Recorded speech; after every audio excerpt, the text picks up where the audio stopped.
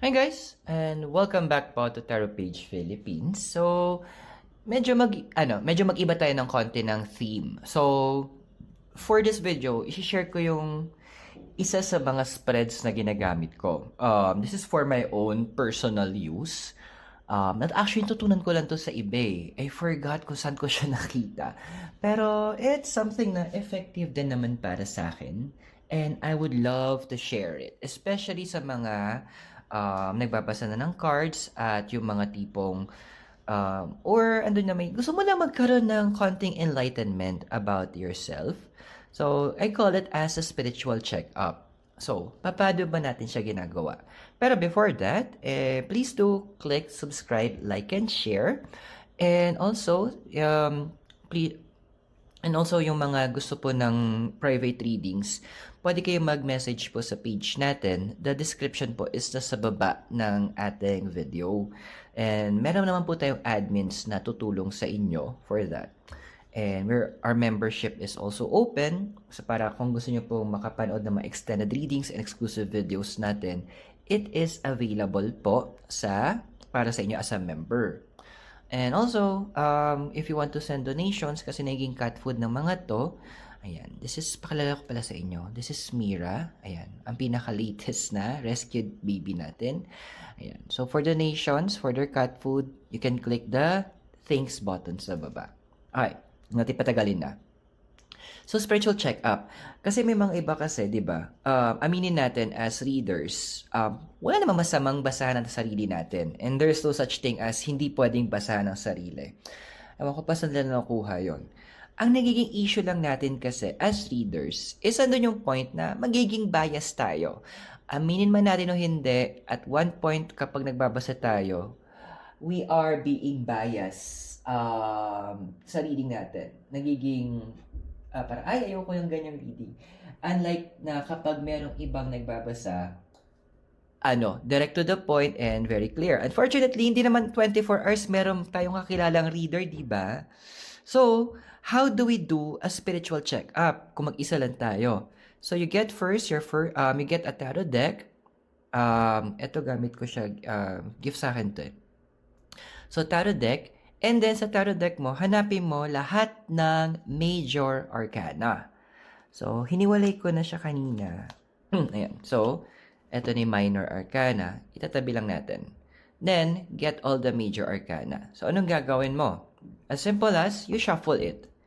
So, habang sinashuffle mo siya, set ka na intention. Ano ba yung concern mo? So, let's say, kasi sa spiritual checkup, usually, ang tiniisip natin, ano ba yung kailangan ko i-let go? What do I need to end?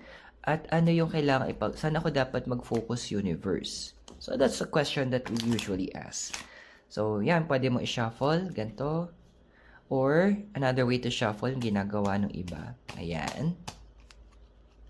Or, kung medyo mahilig ka mag-mahjong, pwede rin kakalat mo, then, nagsama-samahin mo. So, those are different, mga iba't ibang klase ng shuffle. So, let's say, na-shuffle ko na. Ay, may kulang. Ayan, na-shuffle ko na. So, ang gagawin ko, titignan ko yung cards.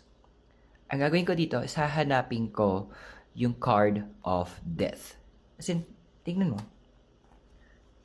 Siyempre, maghahanap muna tayo. Ayan, saan ka na?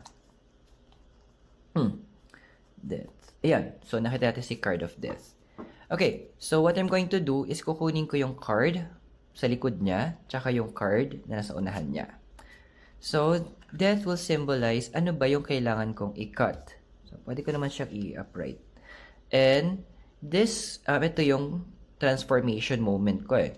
Now, this is the part that I need to let go. So, what does justice stands for? So, justice kasi, kung yung pinaka-basic na meaning niya, it's about transition, renewal, examination, closure, resolution, and definite action, which is connected din naman siya sa in Hebrew, this is about si Shin. Ayan, so it's about divine presence and change.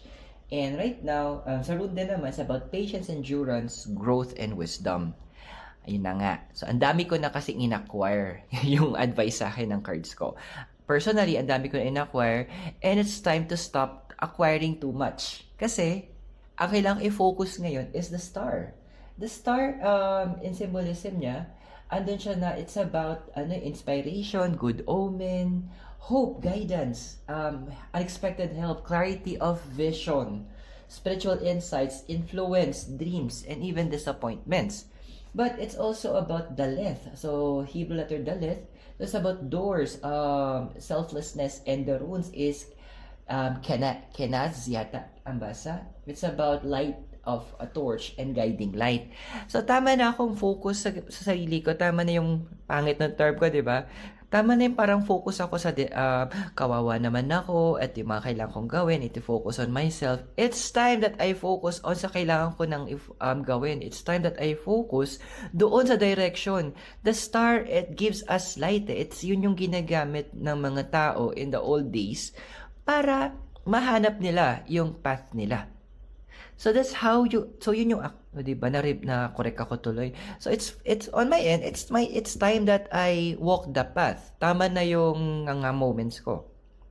So this is how you check your spirituality.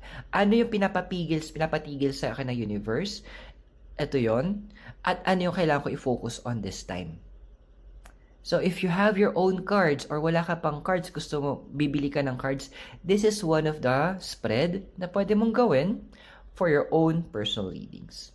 Well, I hope nakatulong.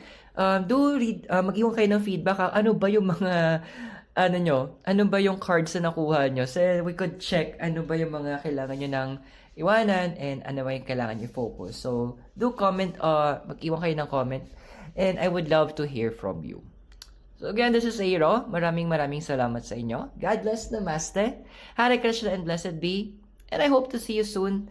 Mula po dito sa Dominican Hill in Baguio City. At kasama yung kanina, ang ating new rescued cat, si Mira. You have a great day. I'll see you soon. Thank you.